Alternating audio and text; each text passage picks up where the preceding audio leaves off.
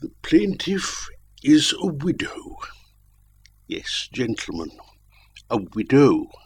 The late Mr. Bardell, after enjoying for many years the esteem and confidence of his sovereign as one of the guardians of his royal revenue, glided almost imperceptibly from the world, to seek elsewhere for that repose and peace which a custom-house can never afford. Some time before his death, he had stamped his likeness upon a little boy. With this little boy, the only pledge of her departed exciseman, Mrs. Bardell shrunk from the world, and courted the retirement and tranquillity of Goswell Street. And here she placed in her front parlour window a written placard, bearing this inscription: "Apartments furnished for a single gentleman.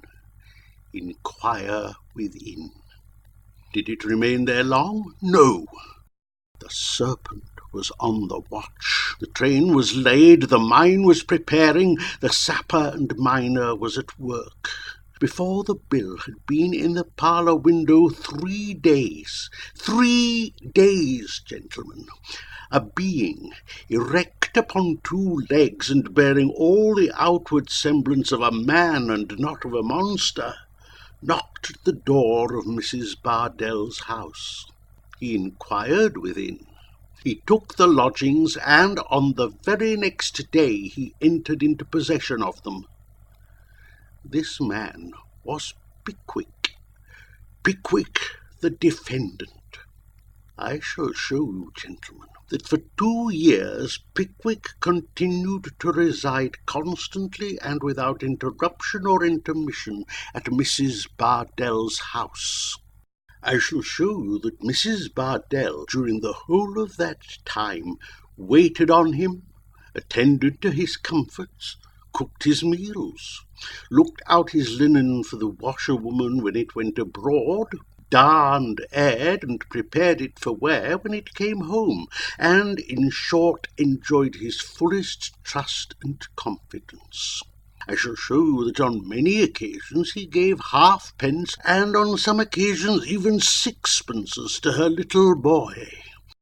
I shall prove to you that on one occasion he patted the boy on the head, and made use of this remarkable expression: "How should you like to have another father?"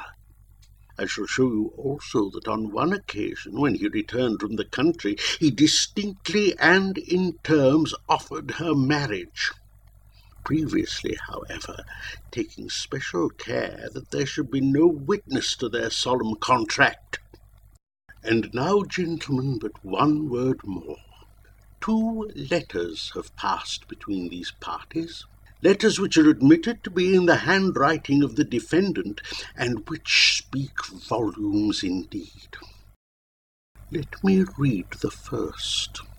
Garraway's 12 o'clock. Dear Mrs. B., chops and tomato sauce. Yours, Pickwick. Gentlemen, what does this mean? Chops and tomato sauce. Yours, Pickwick. Chops! Gracious heavens! And tomato sauce. Gentlemen, is the happiness of a sensitive and confiding female to be trifled away by such shallow artifices as these? The next has no date whatsoever, which is in itself suspicious. Dear Mrs. B., I shall not be at home till tomorrow. Slow coach. And then follows this very remarkable expression: don't trouble yourself about the warming pan. The warming pan. Gentlemen, who does trouble himself about a warming pan? Why is Mrs. Bardell so earnestly entreated not to agitate herself about this warming pan, unless, as is no doubt the case, it is a mere cover for hidden fire? And what does this allusion to the slow coach mean? For aught I know, it may be a reference to Pickwick himself, who has most unquestionably been a criminally slow coach during the whole of this transaction, but whose speed will now be very unexpectedly accelerated, and whose wheels, gentlemen, as he will find to his cost, will very soon be greased by you.